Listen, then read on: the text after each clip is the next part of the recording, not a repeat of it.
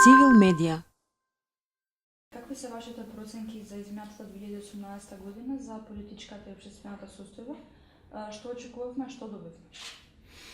Во 2018-тата имавме многу големи очекувања, особено во делот на внатрешната политика, на реформите кои што беа во големи очекувања, особено оние економските, но некако тоа се одложи наместо 2018 да биде годината кога треба да направиме реформи, особено по извештајот на Прибе, нешта кои што беа поврзани со бенчмарковите кои ги имаме, впрочем, во делот на добивањето препорака за почнување преговори со Европската Унија, се одложи за сега, за во 2019 и во 2018 го добивме договорот од Преспа, што сметам дека како договор, иако поделеноста во однос на тој договор ја имаме од две страни како една енормна, страшна загуба за едни, а од друга страна имаме една огромна придобивка, веројатно ми ги двои граѓаните на оние кои што од една страна биле свесни дека, се извинувам, дека името на државата секако ќе мораше да се промени, затоа што од секогаш во изминатите па веќе и децении предусловот за почнувањето преговори со Европската Унија беше прочем името на државата и решавањето на спорот за името со соседна Грција. А од една страна луѓето кои што беа свесни дека треба да се промени, од друга страна ги имате луѓето кои што можеби знаеле или биле свесни, но не сакале да го прифатат фактот дека името на државата ќе биде променето. И во таа ситуација најголемата придобивка ја гледам токму за договорот од Преспа, но зависи од чија страна гледате, можеби ќе помислите дека истовремено и најголемата загуба што сме имале токму договорот од Преспа. Јас не го гледам тоа така, сметам дека ние со тој договор добивме многу и задржавме многу. Впрочем и реакциите кои што ги имаат и огромен број на политичари во Грција го покажува фактот дека повеќе имаме добиено ние од нив, иако не е борбата на титаните за тоа кој добил повеќе или не добил, туку борбата беше да се заврши приказната конечно со тој спор и оваа држава да изнајде начин, некаков пат, макар и трнлив да биде, како што и ние досега, да тргне некаде напред. Затоа и се случи целата таа промена своевремено на власта од претходниот режим во сегашната власт. 2019 јас искрено се надевам дека оваа влада која што ја предводи СДСМ, дека конечно ќе се посвети на нешто што се случува внатре во државата.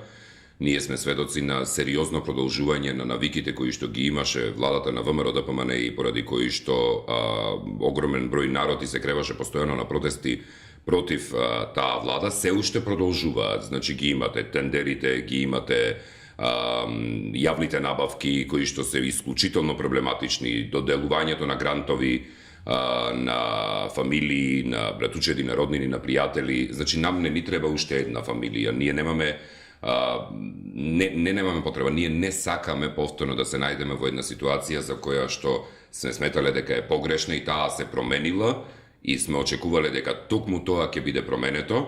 И јас се надевам дека владата на СДСМ сега во 2019 година прво ќе крене метлата и ќе зачисти се што има за зачистување од некои си остатоци на претходниот режим во однос на повторно едно продолжување на тендерски коалиции, на повторно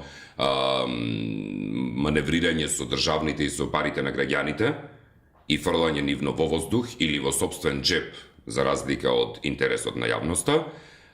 И при тоа, откако ќе си зачисти во собствениот двор со таа фамозна метла која што веќе ја спомнуваме, мислам дека е веќе време и да се посвети на внатрешните политики, затоа што носењето популистички закони, носењето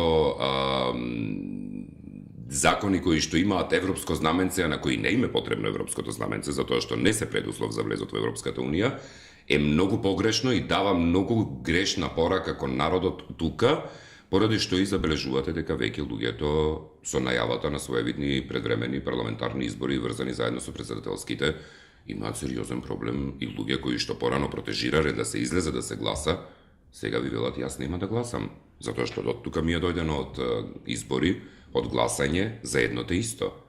И затоа што народот на вистина веќе е уморен. СДСМ не е малку на власт. 2 години. Да, сите ние го разбираме моментот дека може би бил востановен еден систем од 11 години, па сега тешко се руши тој систем.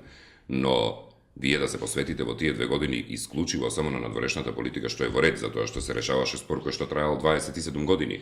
Но да немате внатре некој кој што ќе ја координира и кој што ќе ја контролира целата работа во државата да ги спроведува реформите кои што ги бара Европската Унија, тогаш се поставува прашањето дали ние имаме доволно време до јуни кога би требало да ја добиеме, да го добиеме датумот за почеток на преговорите, не препораката туку, датумот за почеток на преговорите, дали ние до јуни ќе завршиме со некакви реформи кои што ни се клучни за да го добиеме тој почетен датум, затоа што и Јоханес Хан по изгласувањето на уставните измени во интервју кажа дека не е името единствениот услов за почеток на преговорите.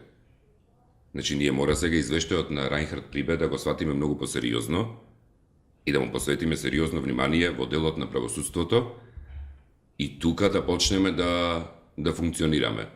Затоа што каква порака ние како држава испративме на граѓаните, власта каква порака им испрати на своите граѓани како држава со сите овие амнестии, со бегањето на најозлогласениот од страна на сегашната власт, најозлогласениот сега веќе и осуден криминалец кој што е во бегство, поранешен премиер Никола Груевски. Од една страна немате никој в затвор, други ви избегале. Претходно ги имавме случајот на ги заборавив на македонски како се вика правилно, иначе Нечби и Хасан ми доаѓаат, Горан и Никола Бошковски, Горан Груевски и Никола Бошковски. Значи имате криминалци кои што се во бегство, имате од друга страна амнестирани, имате трети за кои што се знае дека преговарале за гласањето на уставните измени за да бидат амнестирани. А во затвор ви седат луѓето со кебапите, со марулата, бабичката што продавала чаи, и оние граѓани со кои што вие посочувате пример дека во оваа држава да владее правдата. Чекајте малце, другари. Значи, од каде доаѓа првично тој притисок и тоа што вие треба да го дадете како пример на граѓаните. Овие генерации што се растени изминативе 10 години. Со какви примери се пораснати? Што се станати полнолетни и сега треба да гласаат на овие избори што ни предстојат за председателски, а се надевам дека нема да бидат и предвремени заедно.